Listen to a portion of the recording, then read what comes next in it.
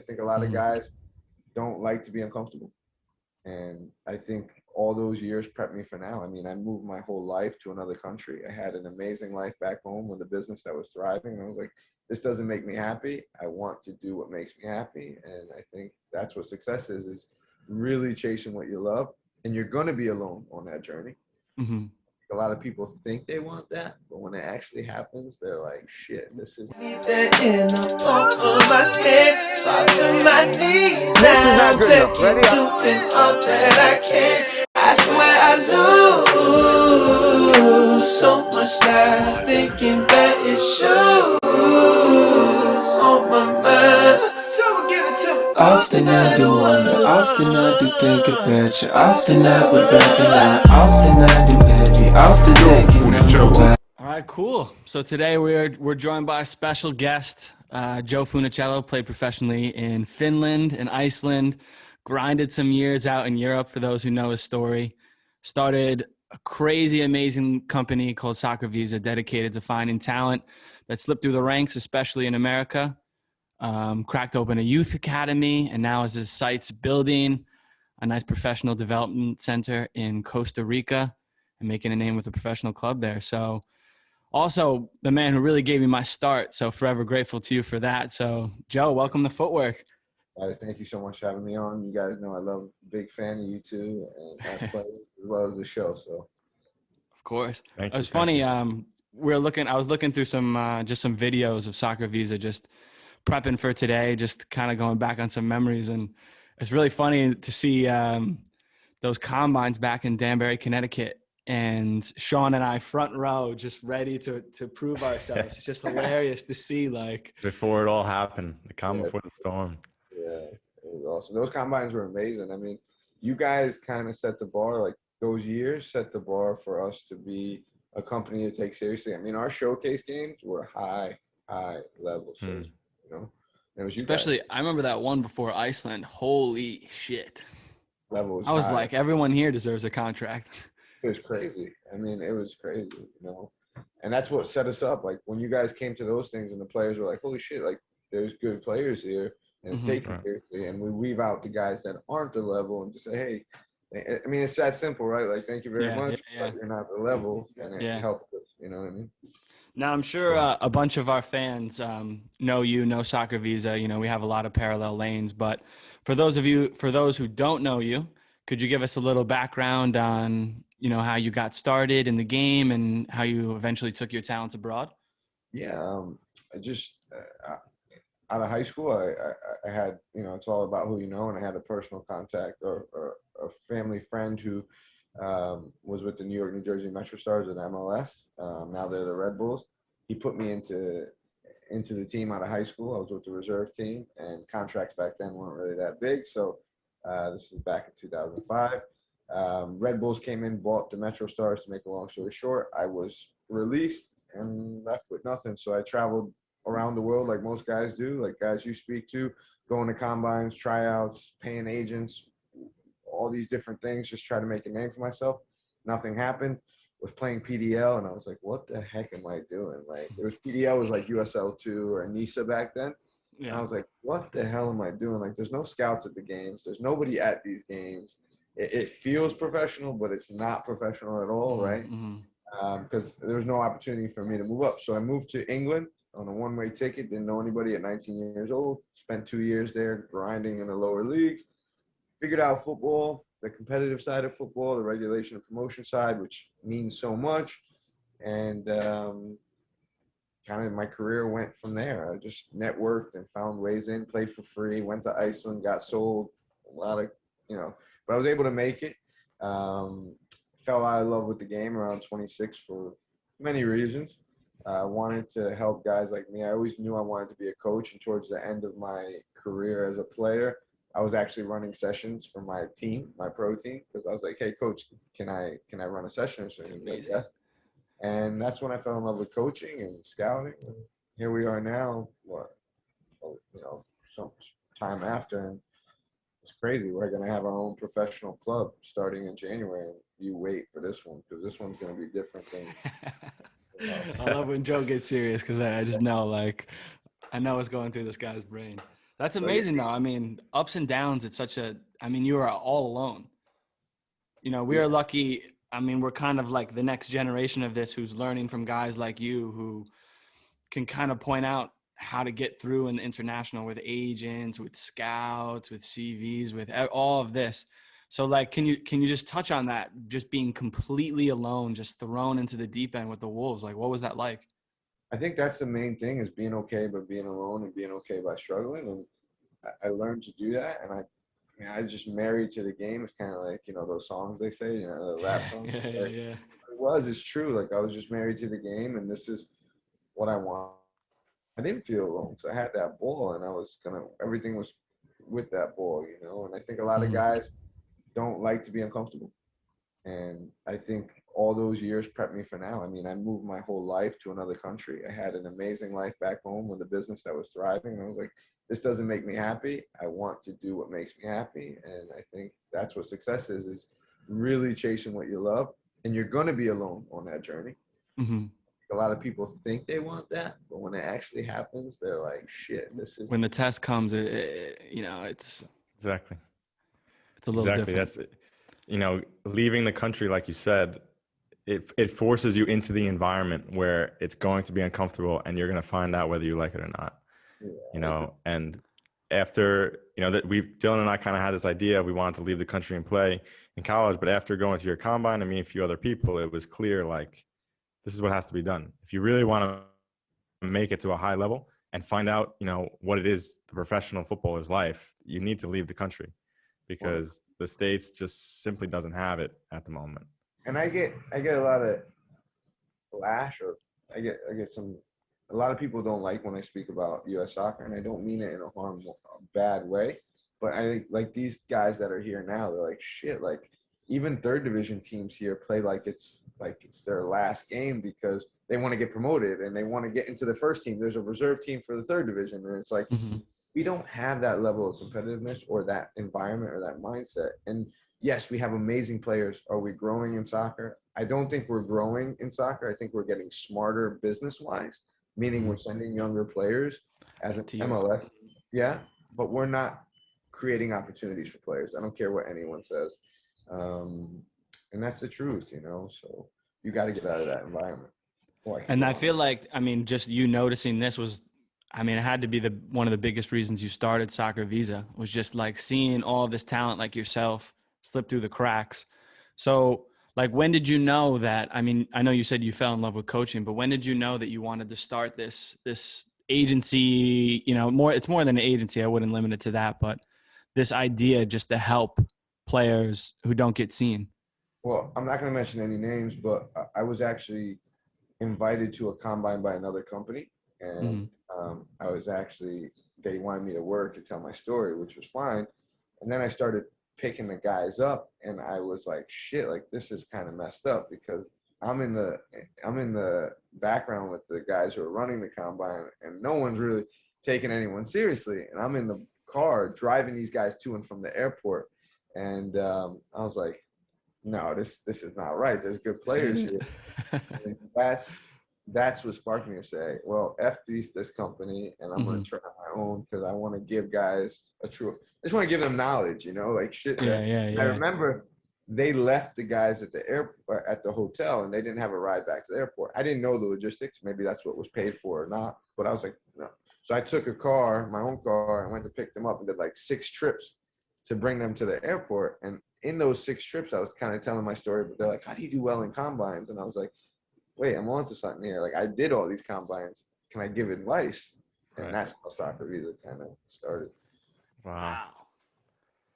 That's crazy. So what year was that? So when did that all start? 2012. That transition. 2012. Yeah. 2012, Wow. Damn. Coming up on Wow, what a come up, 10 man. years. No, it's been amazing. And I think, I think we're just getting started, and I think that's why I think, like, you got to be scared. Even when you gain shit, you got to be okay with losing it. And like, we built a huge youth club. Our youth club was 800 players in 2 years. I mean, we were killing it. Like, COVID hit, and we would have been fine, coming out of COVID.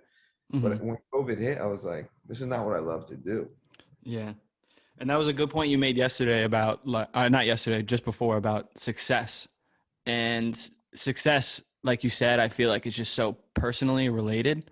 Like your success is not someone else's success. So to someone else, this youth club would be the pinnacle. But for you, like you did it, and it was a success in other people's eyes and in yours. But for you, it was like, nah, my heart's somewhere else. I was going against everything I preached. So I don't care what youth club is run in America. It's bullshit. They're not giving players opportunity. Maybe you're training them right, but you're not giving them opportunity. Why? Because I came into it like, oh, we're gonna give these guys a real opportunity. We're gonna train them like pros. And yes, we hit the market, and because we were different at training and mindset, we grew, and our bank account grew like crazy, right? But the reality is the environment and the mindset of the parents and the culture in America, even the best players, they're not wired to want to be successful in soccer. They're wired to want to go kick the ball with their friends. And if there's like the high school teams, if there's a party, they're going to miss practice for a party, and they're 100%. Yeah. They're your elite team, and you're like, wait a minute. So I was going against everything I preach. I was collecting $1, and it was killing me. You know what I mean? 'Cause I'm planning sessions, and if the kids show up or not, and the parents know or not, doesn't matter. They're paying. And I was like, no, I can't do this. You know what I mean? How much do you put down just to the environment? I mean, like you trying to build this in a country that just doesn't do it. Like, do you feel like you were just limited by that? I lost weight. I was stressed. I was limited by just the environment. Yeah, like top coaches, we'd hire top coaches because they were considered top coaches, like college coaches, because they attract people, right? Yeah. And you're like, fuck, I can't even, like, I don't even want this guy running a session, but the parents are like, oh, what a session, because he's loud. And it's like, no, you're playing Rondo on a 30-yard grid, and it's, a 20-yard grid. Yeah. So you're going against everything you believe in, and I get a lot of heat from college coaches because, listen, I don't believe in it, but that's what I was selling. It was like, oh yeah, this high school coach is here and this college coach is here, so you got to come here. And it's like, no, that's not cool. So what would you tell people, I mean, high school age, middle school age, about weighing college versus weighing a dream of being a professional soccer player, especially in America? How would you, what would you tell them? If you're not a top 25 pick, not top 25 player in the country, like in top drawer and stuff like that, and you really want to play pro, understand that no matter what school you play at, it's a vehicle to get an education. That's all it is. It's a vehicle to get an education.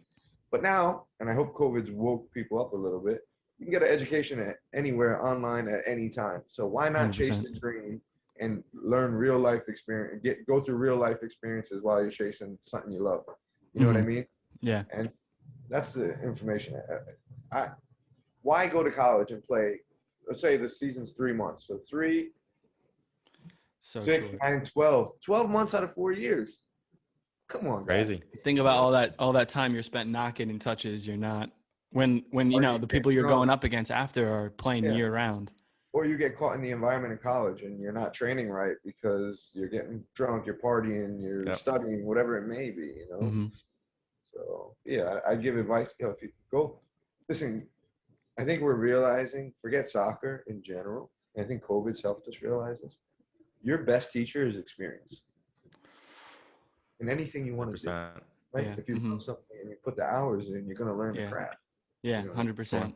Well, you're going to learn what's needed too. Like just to, come back, you guys gave me my start in Australia, and it's not where I wanted to end up for forever, but it taught me just some of the things that I need to have if I'm going to succeed on my own.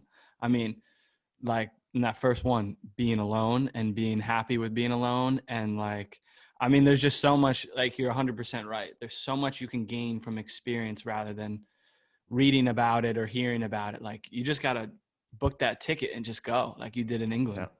No, it's true, man. And look, I mean, look at that jersey you got behind you. Those are experiences that you can never forget. I was wondering if you were going to peep the SoccerViza. That's cut off for the workouts in Sweden that we were having. But the one behind you on your left, like what? Look, you went out and got it, and I'm sure, and Sean, you played in Mongolia. Like, these are things that, like, you're going to remember for the rest of your life. the cultures that you had to adapt to, the things you had to learn. These are real life lessons that after you're done playing, if you stay in the sport or not, are going to make you even more successful because of how you adapted to it. So. Sure. 100%. Yeah. For I sure. feel like that was one of the big reasons why we started this podcast. It's just like we felt we had so many stories to tell and just experiences to share that, like, you know, could just help players or help people see that there's more out there, and there's so much fun in it too. Like, yeah, there's hard times, but at the end of the day, like you said, I'm going to look back, and I know Sean's going to look back at these Mongolia stories, and it's just going to be like, you're going to be so proud to tell them. Sure. 100%. And it creates, like you said, like when you have these experiences, it creates this new baseline, this new normal, right? Like being in an uncomfortable place, you didn't grow up here, maybe the language you're struggling with speaking, like this is just normal now, right? This uncomfortableness, this is just part of your life, right? And it forces you to figure things out, and it forces the best out of you. And if you're maybe this is not for you, and maybe your mind's a little weak, then you're going to realize, no, this isn't for me. I don't want to do this. Yeah. Mm-hmm. And in Mongolia, there were 2 players on my team that they left within 3 weeks. They realized, you know, wasn't for them. Not going to name their names, but they at least made the jump, and then they realized, oh wait, this is not what I want to do. That's okay too. You know? I can't deal with it, and I'm out. And that was it. You know, so I think, like you said, the experience is by far the most important thing. And for young players in America, it's hard to understand the culture of football around the world, outside of America, in Europe, in Central America, South America. Like, it's not like, this is life, you know. Our friends here, what do they do when they're kids? They go to school. Right after school, they're going to the park to play soccer until it's dark. They go home, and maybe they'll do their homework, and then they do it again. And then they have team training, sure, but they did that 7 days a week in addition to team training. And these are the people you're going up against. Yeah, but what you're saying sounds so simple, but they won't understand it back home. I know, like, and that's the hardest part. You can't. You have to experience it. Like, that's like when you even coming to Germany. Mongolia is a different thing, but Germany, it's like football is the topic of every conversation you hear everywhere you go. Yeah. Every headline on the newspaper is about football. Oh, Every time you like go to a bar, what are people talking about? Football. Same like here. It's and that's basically everywhere but America and Canada, maybe. You know, it's like, this is just the culture. This is how they live and breathe it. Even if you can't play, they know about it. They understand the game. I'll give you guys something, and this is something that we could talk about. I think it's awesome. So Kyle Martino's from my hometown in Connecticut, not my hometown, but my area, and he was running for U.S. presidency for the U.S. soccer. Yeah. Mm-hmm. And he came into my parents' restaurant, and he said, "Hey, Joe, we got to end pay to play, right? That's the reason." And this is a guy who's played MLS play. And I'm just like, no, it's not pay to play. It's the environment. We have to change the environment. We have to change the culture. That's how you're going to change U.S. soccer. And he's like, no, pay to play, right? And I could go, you know, do you guys think pay to play is wrong? I think it's gray for me. It's gray area for me. I think, sure, it would be, maybe you'd get a few more players that slip through the cracks because they can't pay. But at the same time, like, you just don't have the culture. Like, oh, I'm going to play for this team when I'm 10. And if I play really well this season, I'm going to move up 2 leagues. And then I'm going to play for this team. And then maybe I'm going to get a shot at training with the youth pro team in the local area. So let me ask you guys, let me ask you this question. And you guys know I love these conversations. But, okay, so pay to play is wrong. Why? Because the best players can't get an opportunity because they can't pay? You probably heard some of my videos, so don't cheat. I mean, I would say, like I said, I don't have the strongest stance on this. I'm more just trying to absorb information. But, like, I just feel like you miss out on a lot of underprivileged areas where, you know, minorities and people who are struggling in poorer communities cannot get the access or the time to, you know, get seen or play. Free best players play for free. Right. I was gonna add that point. There's always players, especially on my club team, there were 2 players that couldn't afford it, they didn't pay. And you want to know why? Because they attract the players that can't pay. Right. So what do?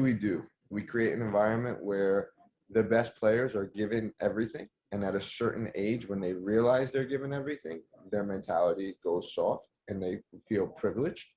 And same with college. So let's say there's a guy who's been paying all their life to play, but he does well and he gets a college education, and his college, he gets like a scholarship, and his college is top notch. Like, I mean, they have better facilities than some of the facilities you played at in Mongolia and stuff like that. Now they feel privileged. So when they go to these places, their mind's so weak because they're like, damn, I don't have a whirlpool and I don't have a trainer and I don't have this. Yeah. And that is what's wrong with U.S. soccer, in my opinion. You know, I tell this story, and I think it's a great story. Patrice Evra, Jordan Morris. I just use these two as an example, okay? Patrice Evra, captain of the French national team. Jordan Morris, U.S. star, right? Both good players. They're playing at a good level, right? Jordan Morris just got to move, right? I mean, these are good players.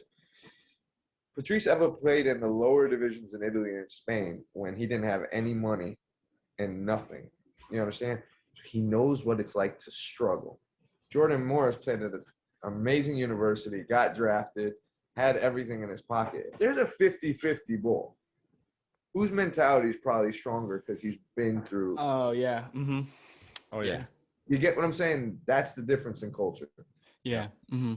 You see it. I mean, around the world is I've talked to some coaches and scouts, and they talk about if they're putting and they've used the example, an American player against a player from, I mean, it could be from anywhere, just from a lower privileged area. Who are they more likely to believe is going to give everything?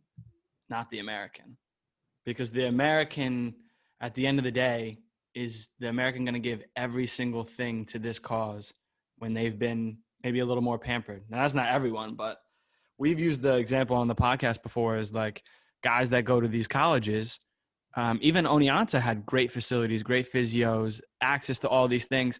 Then they go and try and get a contract abroad, and maybe they start out in a couple lower tiers, maybe not even the lowest tier, but they're not getting the same access. And to them, it's like, I'm not pro, you know, because it's everything that they've been provided with. You hit the nail on the head. That's exactly right. And it sucks. Yeah. Like now these guys are for 90 days. They've been here, you know, they'll be here for 90 days. And when we got them first 2 weeks, they were like this. Because they were like, I was telling them the things you're saying, you know, and they're like, shit, I never thought of it that way. You know, we play a third division team here and they haven't practiced all year, but they're going in to tackle them, fighting because they just are happy to be on the field because COVID, you know, and the guys are like, this is third division. I'm like, yeah, like this is their life. It's life. Yeah. They have nothing to fall back on. Like another story I was reading about was like Africans on trial in Europe and how literally they have nothing to go home to. So they will give every single they'll go with no money, you know? And you talk about a lot in your combines too. Like I remember is like how, you know, yes, it's money, but like, what are you risking for this? You're going up against guys that will put down to their last cent to get a trial, to get a look. You know, it's so different. People think about money and that's a sacrifice. Like my business partner tells me all the time, because you know, we've had money, we've grown a company. It doesn't make me happy. It comes, it goes. Like what makes me successful, I think, and made us successful as a company is I'm happy to be on the field with a whistle and players. And I think when you do that, the money and everything comes. 100%. I think gotta do what you love. The bank account. If I mean, we've talked about it in verbatim on the podcast, but if there's one thing that I can give advice to any player out there is you forget about the money. If you're focused on the money from the beginning, it's not going to work. And that's the thing is like, I don't remember one time going through the struggles where I was like, I need to make this much money. Right. I was just like, fuck, get me on a team that, if I can pay for housing, thank God. And like, it led to making a lot of money a year, you know, as a player. Yeah.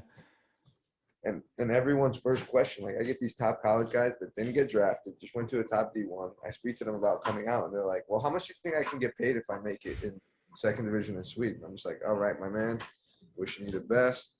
We'll talk soon. I literally say that. I'm like, listen, you turn me off, wish you the best of luck. Huh? And they can't understand it, and I don't have time to explain it. And you can't, like, you just can't explain to people, why would you, for example, why would you go play overseas and make $200 a month? I love it. Why would you do that? Why would you not stay home and you can make $4,000, $5,000 a month? Why would you go there and make $200 a month? And the experience is invaluable. And I'm growing at a player at such a faster rate. How I always mentioned it to people when I first started, I think of myself as a business. I'm growing myself as a business. My business is larger than it was 4 years ago. So my intrinsic value is now worth more. Maybe one day I'm going to get to a point where a club is willing to pay a lot of money for me. And that never would have happened if I said, oh, you know what, I'm just going to work a job and I'll play soccer on the side and I'll play, NPSL, PDL, maybe USL2 and make 500, 1,000 a month. Yeah, it's going to work out. But no. And what happens if I don't make it to a team that pays me 100,000, a month? Well, guess what? This experience is invaluable. It's priceless. Sean, you just dropped such a gem. I mean, seriously, like, I hope people really understand that, and they won't. But like you said, you're your own business, right? So let's say you're creating experiences for yourself and knowledge, and which is going to help you make more money. But also, if you, like you just said, if you don't make more money, your business was all these, you invested in yourself, which is the business, to gain all this knowledge. So the next thing you're going to do is do that much stuff. Exactly. I hope they hear it. It's simple to listen to, but it's hard to feel, and I hope they do. But Everyone in our shoes should look at it like you're an entrepreneur and your product is you. I mean, and no one's going to see the building blocks behind the scene, but that's what's setting you up so that we can, get better contracts, get better teams. And it's all part of the journey that I just think as Americans, we're very superficial and want that clout to say that we're professional. And you see it like as soon as guys sign their first contract, no matter what it is, on the Instagram bio, professional soccer player. And I get it. I totally get it. I was the same way. Like when I first came out, you want to be it, and you want people to know it. But when it really comes down to it, like these type of moves, when it gets hard, it's like these guys are the first ones to turn their back on it because, it's the image. It's not for the love. And that's the choices you have to weigh. yeah, no, 100%. Oh, I could speak. And you know what's funny about that too? Imagine like you just turn the tables. So all, us included, you get your first pro contract, all these other guys, and then you post on Instagram what your situation is. Not you just signed a pro contract, you put out $5 $20 bills. Here's my money for the month. Yeah. Signed my first contract, so excited. Yeah. Or I signed my first amateur contract. I signed my first amateur contract, but I'm getting food and housing. I'm going to work my way up. It's just, if there was a social media app where everyone was completely honest, man, I would love to see that. Yeah, 100%. Hold on, I'm going to walk with you guys to my other side of the house because I don't know what they're doing out here in Costa Rica. Give me 1 second. I heard some monkeys though. I heard monkeys too. There's definitely monkeys out here. I seen sloths in your guys' Instagram and YouTube videos too. Like, oh yeah, there's monkeys in our backyard. I don't know if you guys can see my backyard, but there's monkeys everywhere. The beach is over there. that's unreal. That's crazy. I love it here, man. I moved my How's whole your life. How's your Spanish? Getting better. I mean, Yeah? I got to take classes. I want to be fluent in it because if I got to have 75, 80% Costa Ricans on my pro team. So I got to be able to speak the language, I mean, it should be a little easier just from knowing Italian, right? Just the parallels of the language and stuff. Is it coming easier? It's going to be easier for sure. I already picked it up pretty good, So Joe, I want to come back to our talk about Kyle Martino and then the pay to play, but I want to put you in the power seat, and you just won the presidency for U.S. Soccer, and your job, I mean, it could be looked at as an impossible job, but your job is to turn U.S. Soccer and form it to be a success as much as it can, because America and the capitalist society that we are. So what are you doing first as president? That's a tough one. Tough one because I know what I would do, but I don't know how the culture would embrace it. And I need to be public enemy number one for a long time in order to show the change. Mm-hmm. So what does that mean? Okay, well, first thing I would do is I would make youth soccer clubs or youth academies their own identity. I wouldn't care if they were academies or they're playing in other leagues. I'd make one league, right? I'd find a way. It'd be hard because there's so many teams. Maybe I would do like conferences with relegation and promotion for their age groups. I don't know. I'd have to think it out. But the most important thing is allowing teams to have player cards. So players didn't have the teams and players couldn't just hop, right? They had to deal with tough situations like maybe you're not playing, but we own your player card. So, you know, maybe it's like a 2-year thing where like, or a year and a half or 18-month thing, or even if you're not playing, I still own your player card because you can just leave a team, you know? And I think it creates the wrong environment, right? And culture because it's like, oh, I'm not good enough here. So I'm going to go to a team I'm good enough, you know, or that team's in the A division. So I'm just going to jump there. There should be some type of compensation for youth teams because we're creating you know, there are good youth teams there in America with good coaches. And then what happens is USDA comes out and this good coach loses their top players because of the marketing part of USDA. So I would create some type of system where players would have to stay on their team and they can be sold or there would be some type of compensation for them moving on. Right, that gives, and then that allows players to not have to pay, right? Because if you're in my pro, and it's kind of like the European system, and it'd be so hard to instill because the American, you know. But that's the first thing. The second thing was I'd be fight tooth and nail for relegation and promotion in other leagues. If MLS didn't want to do it, I'd fight for youth academies to have a pro team as well, and they'd have to be responsible for selling tickets to their youth club. Get people in the stands to create a culture and environment where, you know, there's fans in the stands, you know, and things like that. But that was part of their business model was getting their I never understand NISA or USL. I can't understand it. Like, why don't you guys have youth clubs that the youth kids come to the games? I can't. Like, I would probably do that as well, you know. Like, there's pro teams with no youth people, kids, and there's no people in the stands. You know, it's a hard question, man, because there's so much. Yeah, I mean, it's just putting the. Oof. I don't know. It's a great question. I don't know if, you know, I don't know if it can be done in 3 years, 2 years. It take like 10 or 15 years. And would the culture and environment have the patience for me to come in and really know it's a 10 to 15 year project? You know what I mean? Yeah, I think you would relish being public enemy number one though.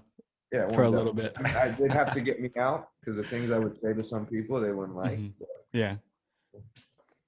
So I was listening to this one thing that Alexi Lalas was saying about the MLS, and he was saying that it's more competitive because a different team can win each year, as opposed to like say an EPL where, you know, your Cities, Uniteds, Liverpools, the odd Leicester City was a crazy one, but he was saying that MLS is more competitive because of this, and I want to hear your thoughts on that. First off, have you heard Alexi Lalas commentate? Yeah, I have. That's all we need to say. He's usually a butt of a joke in a group text, but yeah, I mean, that's what's wrong with U.S. soccer. Those people have a say, you know, and those people were captains and people, and I don't give a shit because, like I said, I'm going to get there one day, and I'm going to be on the microphone, and I'm going to be able to say this right to. I'm not going to be in U.S. soccer. I'm going to be coaching, or this club will be huge in CONCACAF or something. I'll be able to say that is what's wrong with U.S. soccer. Alexi Lalas is an American tube sock player that believes things should be. You know what I mean? So it's funny though, because he did play in Italy for a few, I don't know how many years, but he did play abroad. Yeah, but he didn't take the European culture with him. He kept his American mindset, you know. But listen, nothing against him. I just don't agree with his philosophy or his thoughts. But no, I don't think it does. You know, playoffs. So, we had a shit season, but we clinched playoffs and we had a good run. So we made it, you know. No, how about you consistent? Because that's what the game's about. Being good consistently, right? Yeah, exactly. And that makes sponsors come, bigger sponsors like, oh man, United is the top team, so we're going to give them more money, which allows the soccer environment. It makes Leicester City say, we got to compete so we can get more money to buy better players. You know what I mean? Yeah, absolutely. And then, the TV rights alone. Right. And the fundamental thing in America, which just doesn't work with soccer is the draft. Let's do poor this season so we have a first draft pick. That is against every competitive, spirit that a team can have. Let's lose the last few games so that we get a better pick for next year. Could you imagine a team in England, that fans even thought that they were tanking? Could you imagine that? No, they wouldn't. They wouldn't know. They would be, oh my God. It would self-destruct. The whole system is based on that, these clubs are giving everything. Like these, hardworking fans that are paying to buy these tickets. Like, it's just completely different. That's a great point, Sean. No, you're right, guys. Listen, we have so much to change, and it can't be done in 2 years, 5 years. There's so much to change that I don't know if the environment's ready for it. The culture is ready for it. It's just the truth. We have great players, and we're getting smart. Yeah. MLS is getting smart and saying, let's get these guys out of here quick, and let's get their economical rights and make a good amount of money on them. Yeah. Right. Yeah, you can see it. I mean, players just going abroad early. Yeah, dude, we have some top players in America. That's why I never say like we don't have top players. I say we always, I think American soccer doesn't understand that. I say we have top players. We're just not creating environments for them to succeed if they're not picked up right away. You know what I mean? Oh, yeah, 100%, absolutely. 100%. Yeah, there's no second chance, really. Look at these guys. They smacked Alajuela, CONCACAF, like top team. Like we smacked them 4-1. But there's a guy in Alajuela that's going to be sold to MLS for $400 to $2 million. I'm just saying, in the next year or two. But we're out there rinsing him. So why don't you take one of these guys? Right. And a lot of clubs are coming here and they love it. Guess who are the clubs that I can't get here? MLS, U.S. soccer clubs. I can't get USL clubs here, championship clubs. I can't. Like, they're on the phone like, nah, don't know that guy, can't come. It's like, but fucking a top team in Sweden will come and take it seriously, or a top team in Mexico will come and take it seriously. And I'm just like, it breaks my heart for these players, man. Because I know a lot of them want to go home and play and try to be a pro in their home. They're not even giving the sniff. Yeah, 100%. Giuseppe Joe Funicello. So we were just talking about, the college system and how a lot of USL teams, they're not interested in any of the players you have there, even though they're smacking this top CONCACAF team 4-1. So what do you look for in a player, and what is often missed when, unfortunately, especially in America, the CV, the resume is so important to teams instead of just looking at what's in front of them on the field? I just look to, it's hard. It's just not American teams either. It's hard sometimes to persuade other clubs as well, but I just push to show that they're better than what they have, or they have more potential than what they have, more hunger. For me, there's so many different type of players and styles and systems that I just kind of try to.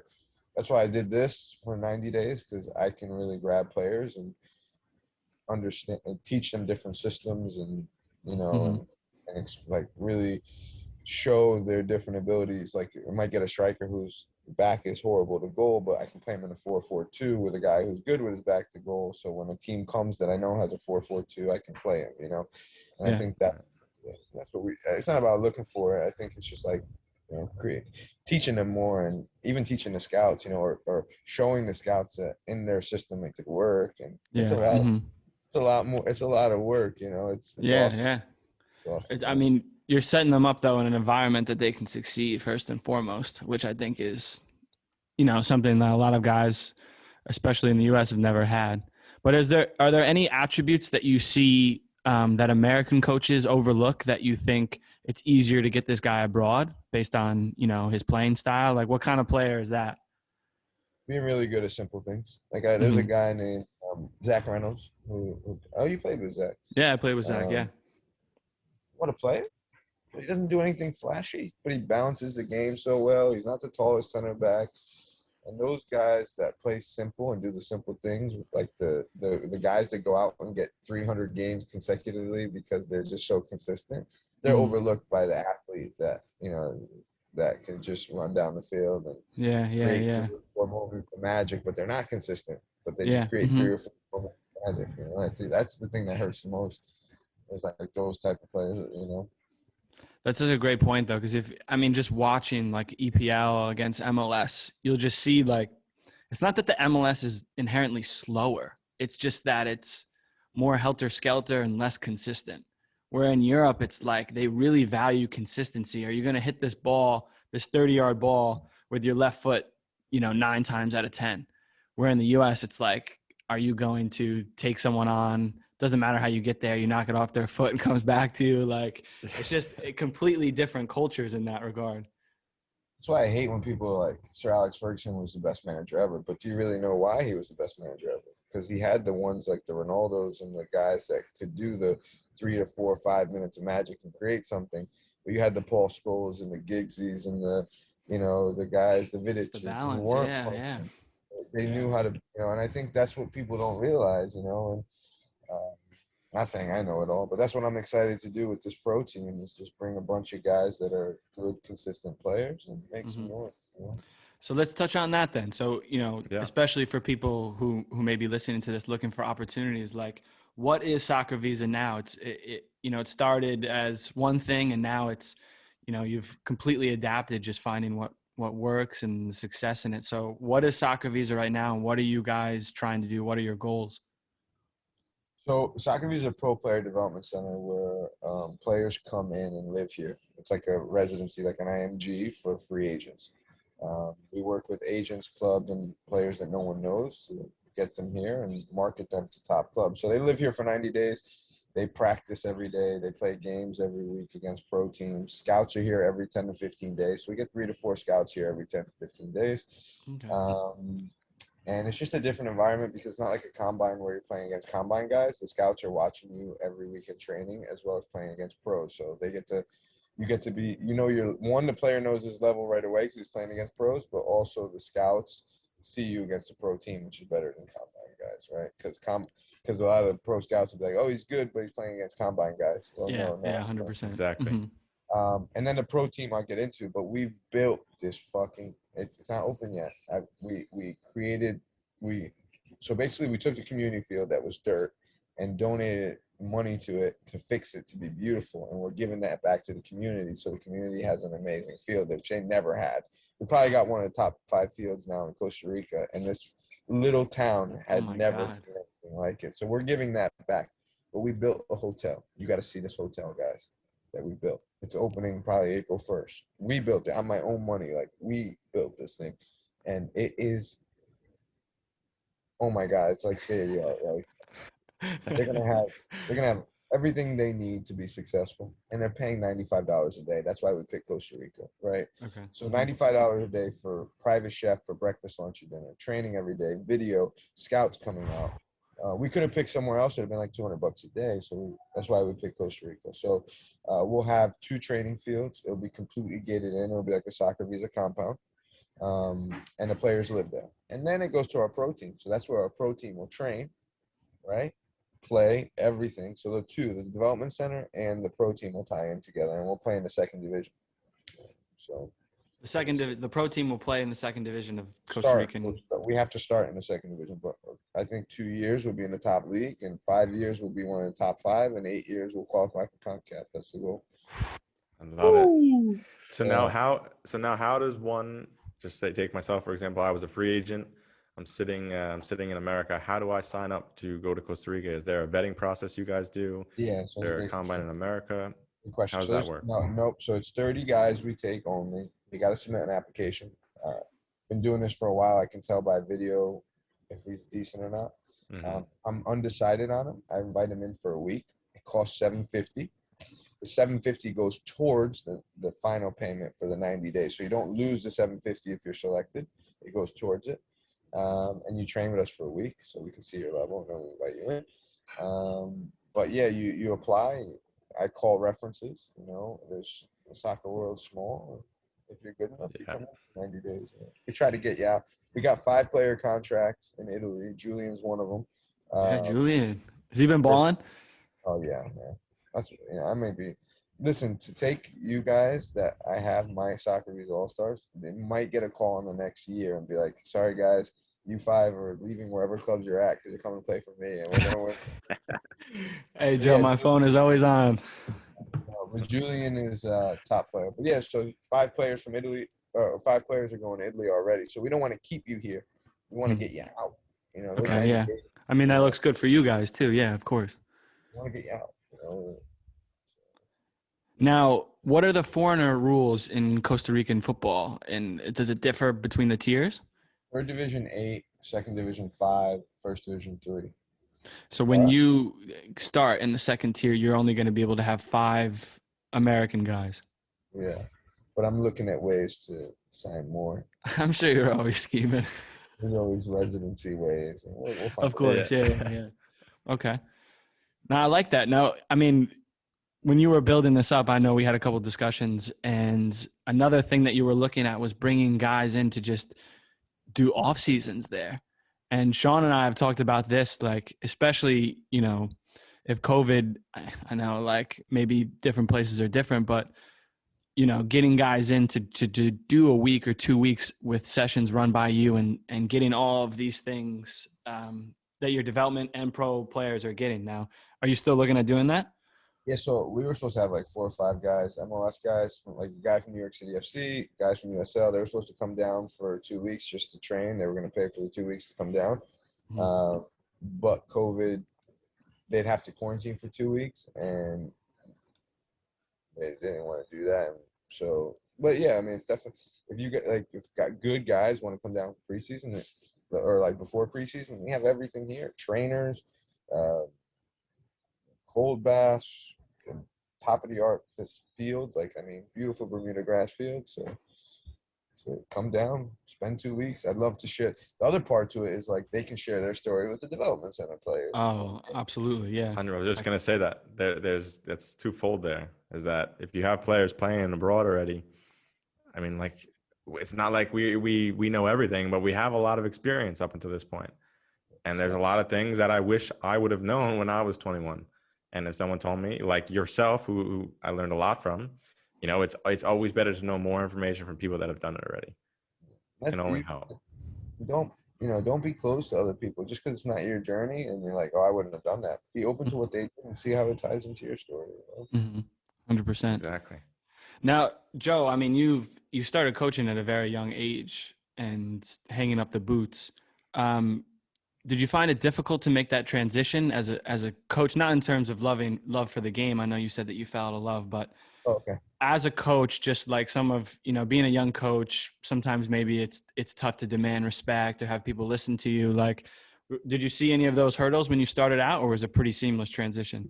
No, because I'm the type of guy that like gives it to you straight. I'm not really scared of confrontation. So that never, that was never it. I think it was more being a captain instead of a coach. My first year, I was more of a captain on the sideline than a coach, and there's a big difference. And you know, my first job in Iceland, I made some mistakes. We should have won the league. We were first place for a long time. My first year as a coach, and we had the lowest budget in the league. And but I made some mistakes as a young coach about, you know, things. But that's how you learn. So no, I didn't find it hard, but there are things you learn along the way that you're like, oh shit, like this is, you got to create distance and walls and barriers, where a captain, you don't. You're one of the guys. You're not one of the guys. And some of the players are going to hate you. You know what I mean? And like, how do you deal with the hate? Not so much like the confrontation, but like the hate. Like, he doesn't like me. He's creating cancer. How do I nip that in the butt? You know what I mean? There's things that, you know, because your philosophy. That's a good point. Yeah. You know, your philosophy and how you coach is going to make you successful or not, right? The way you set up your team. But all the shit that happens to set up your team, you know, that's the hard part. You know? Player management. That's what Alex Ferguson was so good at. Yeah, that's what we want to do here. We want to build a Man United of Central America, you know, or CONCACAF, where it's like, oh, yeah, it's just like that. Like, where everyone's involved, from our staff. You know, everyone eats together, everyone cries together, everyone laughs together, everyone celebrates together. We want that type of environment. Yeah, 100%. It looks like you guys are building that. I mean, just following along from the immaculate YouTube videos you guys have been putting out. That's all my boy, right? Yeah, no, JP, you think? No, not JP. No. Daniel? No, Racinos. Yeah, he came with us to Iceland. Yeah, he's the man. Daniel's the best, yeah. So that's from everyone. Everyone has to eat, man. I think that's when you put the club or you become a coach. Everyone has to have roles and responsibilities, and you have to hold them accountable for that. But everyone eats. You don't leave. Your best players aren't treated differently than your youth players. You know what I mean? Yeah, 100%. I mean, I think building a culture is like, I think one thing that you've always been really good at. And I feel like maybe what set you apart, as from Sean and I were doing combines, and we said this as we were prepping for this, was like the giving it to you straight, like the honesty part of SoccerViza. Like, this is what it is, guys. And you feel like that's what you really wanted to focus on when you created this company? Yeah, I think competition there isn't, because nobody slept in airports like me that run a combine company. You get what I'm saying? Like, no one was told, yeah, you're a good player, but this, no. They lied to me, so I don't want to lie to players. And I think that's why we've done so well, and there'll be another guy that comes through it and is business savvy. That'll be good competition for us. But right now, there's, you know what I mean? And Yeah. right now, there's just nobody's been through the struggle, and nobody gives it to you straight, because they haven't been through those things to understand how to give it to you straight. Yeah, Right. 100%. So, And like you said, they haven't been on the receiving end of those, oh yeah, I thought you did well today, but I'll let you know. Like, no, you didn't play well. You could have done this better, and for this reason, like, they weren't interested, and that's it. And for me, it was very refreshing. Nothing came from to me from your combine, but it was refreshing to hear this and to see you give it to other players. Like, listen, you weren't good enough today. Maybe you're a great player, but these 3 days you didn't perform. Or I'm sure in Costa Rica now it's the same thing. Like, I've seen videos on Instagram where it was like pre-game and you're telling someone like, hey, you haven't played well. This is your opportunity. Take this player's jersey. The coaches were shook. We had coaches from Mexico here. So we played a third division team, and I put all the Mexican Americans to play, because like they're Mexican. So like if they're Mexican Americans, they have a better chance, right? And the first 10 minutes, we're killing the third division team. I mean, we're higher level than the third division team. Two mistakes, we go down 2-0 in 15 minutes. And we're playing like shit. And I was fuming. So the scouts were sitting on the bench. So everyone came in. I'm like, sit down, shut up. Sit down, shut up, don't say a word. I was like, why the fuck are you here? Why did I invite these people here? I'd rather be at home partying with them, having a good time, growing my contact, than showing them you. Why? Because you're scared. The lights are on. You need to perform. And the scouts are like, because they're scared. But it worked, because they went out there and killed it. And it's just giving them straight. Here it is. It's not a lie. The scouts are here. Perform. You know what I mean? Yeah. Mm-hmm. Do you feel like that's one of the biggest things, is like a player can be really good, but when the spotlight is shown, like, they just get afraid? Yeah, I was that, I was that as a player. I think when I got kind of put in a freezer by the coach, I kind of lost my hunger, like not hunger. I had a tiger. Like, I was never really nervous as a player until I got put in the freezer, and then I had to come out of the freezer, and I was like, shit, I was so worried about playing well because I wanted to get out of the freezer. Yeah, you didn't want to go back in, yeah. Oh, no, and I lost my mojo, and that's kind of a reason why I think I didn't get to the highest level I could have, because I was a completely different player before I went in the freezer to when I was trying to come out of the freezer. But yeah, I think it's a big thing. It's like, is that the biggest advice that you would have gave yourself as a player? Like, looking back on it now, just fear paralyzes you. Mm-hmm. It stiffens you, and you got like, what gets you there, you got to remember it. And then when you get there, like, okay, I got here because of it. Yeah. Even as a coach, even as a businessman, like, it freezes you. I've been in big meetings with like big companies, and I'm like, 100%, yeah. Now, Sean and I love this quote that is from this book, and it's like, what would you do if you weren't afraid? And it's just like, your potential is, you have no idea. Like, if you go into that meeting, or you go into the tryout or the combine. I mean, I'm guilty of it too. I get nervous before trials. I'm, 27. I was getting nervous last year before trials. But it's also like, if this fear and nervousness is going to paralyze me, then I'm 100% not going to get this contract, because I can't show them what I am. Like, you have to remember that. Right. So true. Fear paralyzes you, and that stiffens you up. I see it all the time. Like, even when I coach, that's why I go over to some guys. I'm like, hey, relax. Or the minute they make a good tackle, I'm like, what a player you are. Yeah. It's like, they got to get out of there, Mm-hmm. Right. As a coach, is that like one of the big things that you would say, is recognizing that each player is specifically different, and then helping them thrive based on those differences? Like, a kid could be shy or egocentric. It could be anything. In the game, Like I do shit. I play a lot of mind games. Like let's say there's a negative guy who's like a center back, right? And he actually says something good in the game. Like, you know, he'll be like, well done, cuz like, well done, this guy or this guy, you know? And at halftime, I'm like, fuck, man. I'm like, in front of everyone, I'm like, that's what I need. I need leaders like him, even though I know he's negative all the time, you know? I'm like, I need leaders like you.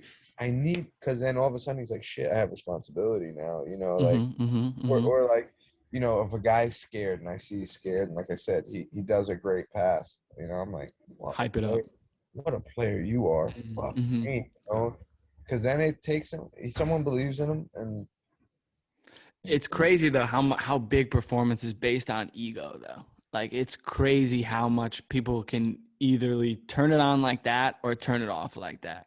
And it's important, like you said, to have coaches like you that can recognize that each player is just, you know, gonna be different, and you can't give the hairdryer treatment to Bobby when you know, would give it to Pat. It's completely different. I think a lot of coaches overlook that. Yeah, and I say stupid shit like, I'll go over to my goalkeeper coach, right? And this is a true story, and I've done this at the pro level. I go over to my goalkeeper coach, and I'm like, listen, I'm about to fucking rinse you, but it has nothing to do with you. Okay? So I'm going to come in the halftime, I'm going to fucking rape you. And it's the goalkeeper coach. And he'll understand because I've talked to him before. And I'll go, my fucking keepers can't catch a cross that's fucking, or they come out and make the wrong decisions. I should fucking get rid of you. Like, I say shit like that. And he knows, and he just sits there. I would never get rid of him because he's my heart and he's my staff. You understand? Yeah. But my team is like, shit, we love this coach. We got to play well. And the goalkeeper is like, I need to wake up because this goalkeeper coach cares about me. So I do those things all the time. You know what I mean? That's amazing. And to bring it back to like just coaching and realizing that sometimes you're going to be like the public enemy.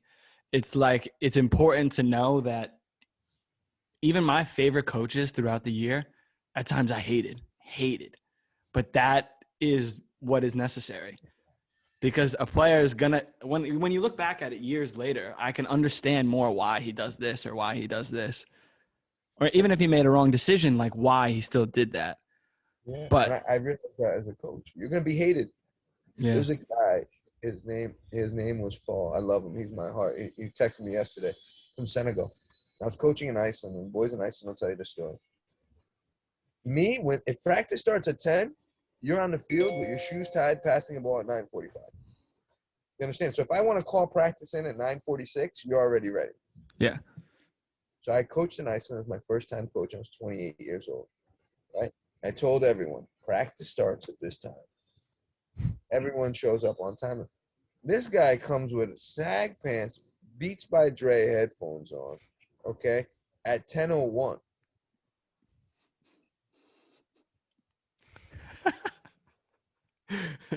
We had a week-long meeting about our first practice one time. And he's like, what's up, coach? My assistant coach, can you get a chair? Can you get it was cold in Iceland. We were practicing outside in the turf. Can you get a nice hot coffee for me? That's no problem. Put the chair in the middle of the field. I give him a hot coffee and tell the players, sit down, relax yourself. Just sit here. Here's a coffee. You want it? And the other team ran. And everybody's like, our team ran while he sat. Everyone thought it was crazy, American mentality, this and that. No, it was to show him you're not more important than the team. Long story short, the kid was a player. He was a good player. Like, he could change the game. But he wasn't training right. He took that moment as like, oh, I embarrassed him, stuff like that. So I put him in at the end of every game because he was quick. Like, he was fast, right? So our first game of the season, we needed to win. We had played preseason. He hadn't started. He had been starting the year before for the coach before. So he was pissed. He hated me. I knew it. I could sense it, you know? But shit, I got to make him a better player, you know? I got to teach him a lesson. I got to stick to my coaching philosophy. I can't bend here. So we're playing. We go up 1-0.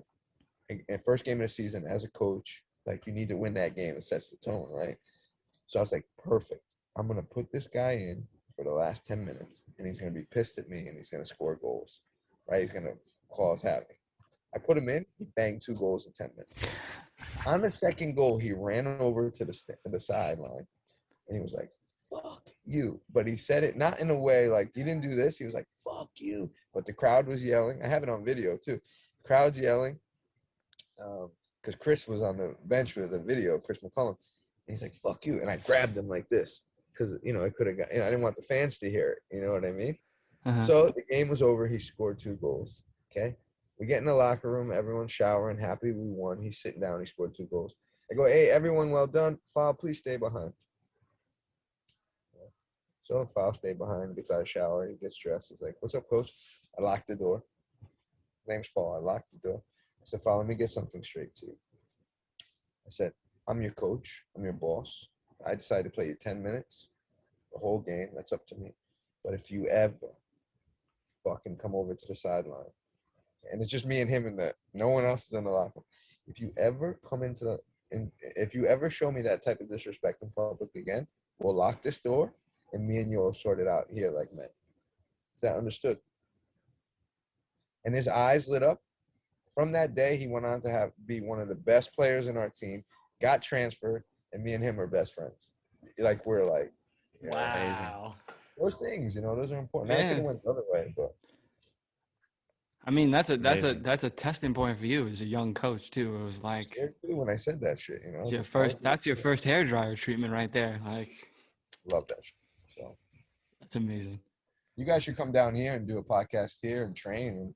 And like I said, I'd love to have you guys. I think you guys are in it for the right reasons. So don't tempt me. Don't tempt us with a good time. That's the truth. That's an invitation on live camera. It's an invitation. You guys come down here and train, and I'll take care of you. I swear, if I get week 2 weeks, I'm there. Especially if Corona's settled. 100%. Like as a preseason to run set. I mean, we talk about it in our Sweden group chats. Like, your sessions are legit. So I know I could go into a preseason here in Germany and just be like a little bit ahead of people. So hell yeah. And then live in Costa Rica. All I ask you guys do a live video podcast there with the field behind you. That's all I ask. 100%. That's easy. I'll take care of housing and food. You guys take care of that. 100%. I mean, that it can't get any better than that. I mean, everyone heard it, so it's here. It's here. That's 100%. Joe, man, it's been an absolute pleasure. Thank you guys. If you guys need anything, the phone's always open. All right. Best of luck to you both. Footwork is sponsored by ourselves, but also Kong Fitness and Merchant Designs, baby.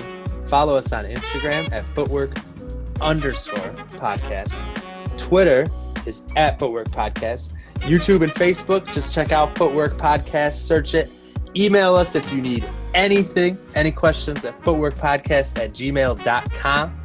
And remember, plug, pass. Tell your parents, Amazon delivery guy, mailman, I don't know who, just tell them. Like, subscribe, review, all of it helps. Danke.